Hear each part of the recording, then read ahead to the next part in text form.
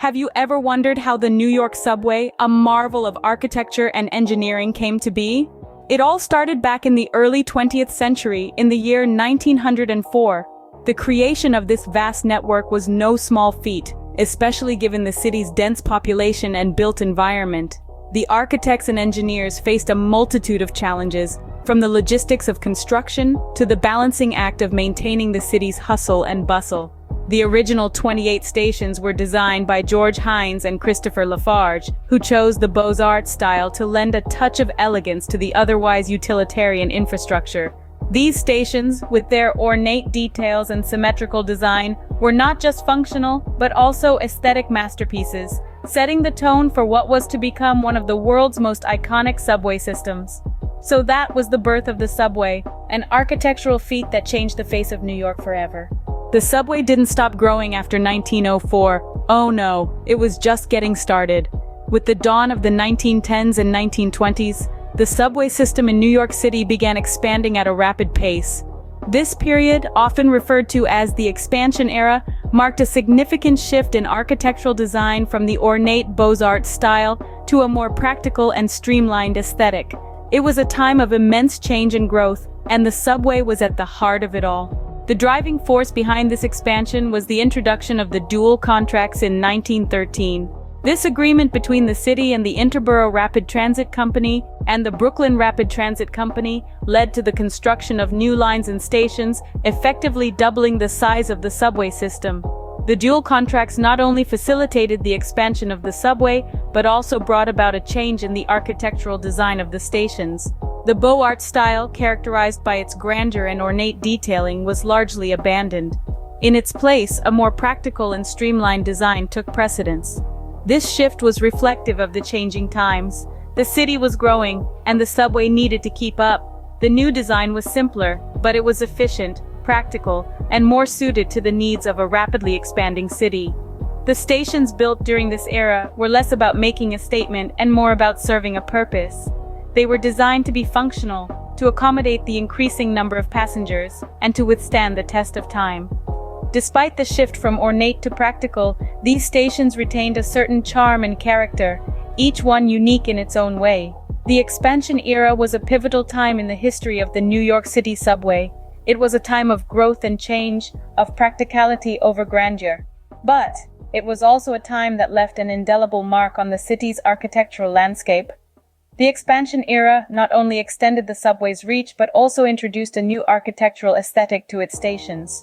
As the city evolved, so did its subway. Welcome to the modernization phase. The mid-20th century marked a significant turning point for New York's subway system.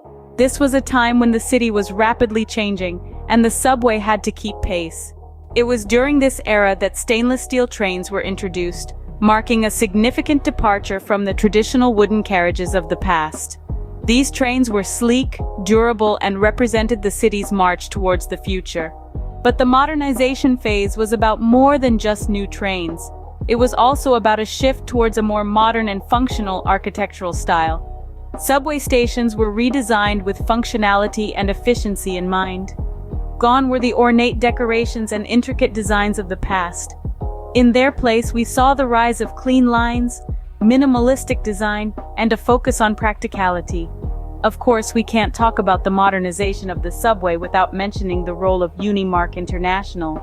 This design firm was instrumental in creating a unified visual identity for the subway. They were the ones who introduced the iconic Helvetica typeface that is still used in signage today. Moreover, they standardized the use of color coding for different subway lines, making it easier for commuters to navigate the system. Unimark's work went beyond the aesthetic. They understood that good design is about more than just looks. It's about functionality. It's about making life easier for the people who use the subway every day. And in doing so, they helped to create a subway system that was not just a means of transportation, but a reflection of the city itself. New York is a city that's constantly evolving, and the subway has always evolved with it. The modernization phase was a pivotal moment in this evolution. It was a time when the subway shed its old skin and emerged as a symbol of the city's progress. The modernization phase brought the subway into the 21st century with a fresh look and feel that mirrored the city's progress.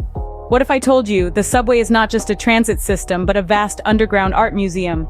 In the hustle and bustle of New York's subway system, it's easy to miss the creative gems that lurk beneath the city.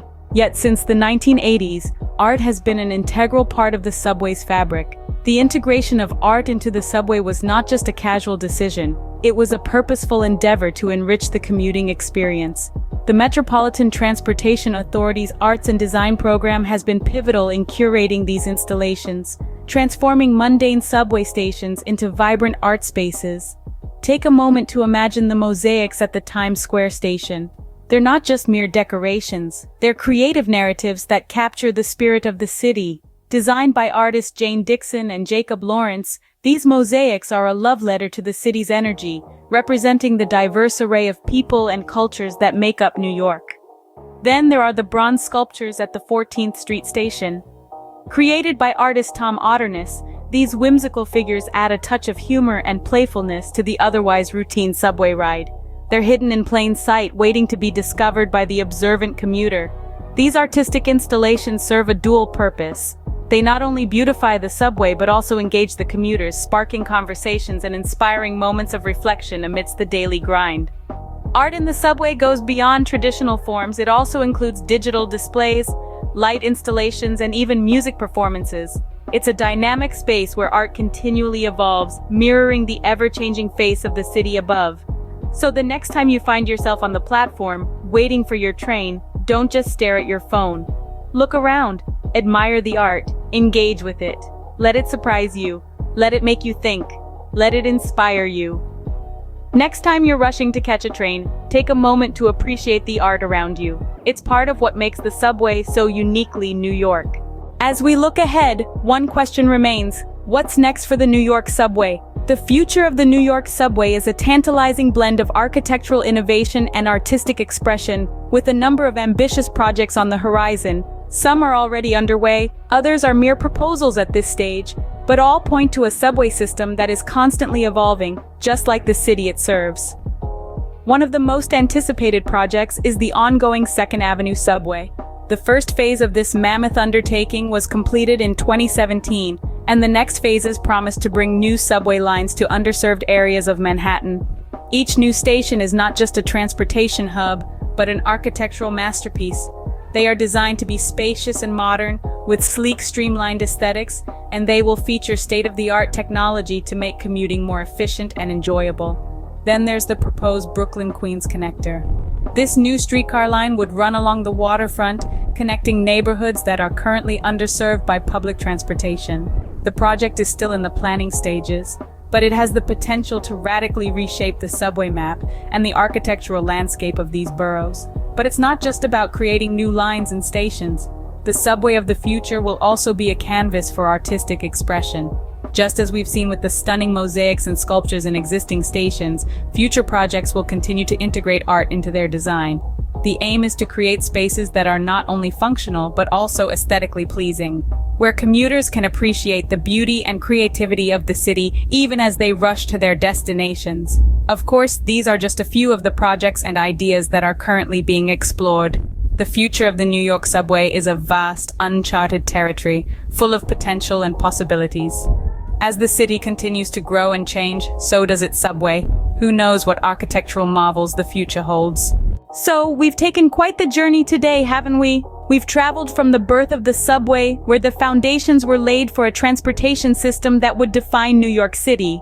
We've seen how the expansion era brought about a network of tunnels and tracks that spread across the city like veins, pulsating with the constant rhythm of trains. We've watched the modernization phase usher in an era of technological advancements, transforming the subway into a symbol of innovation. We've admired the art in the subway, a showcase of the city's vibrant artistic spirit, turning the underground into a canvas of creativity. And finally, we've glimpsed into the future of the subway, a future that promises to uphold the legacy of its past while embracing the possibilities of tomorrow. The New York subway, a testament to the city's resilience, innovation, and artistic spirit. It truly is more than just a transit system.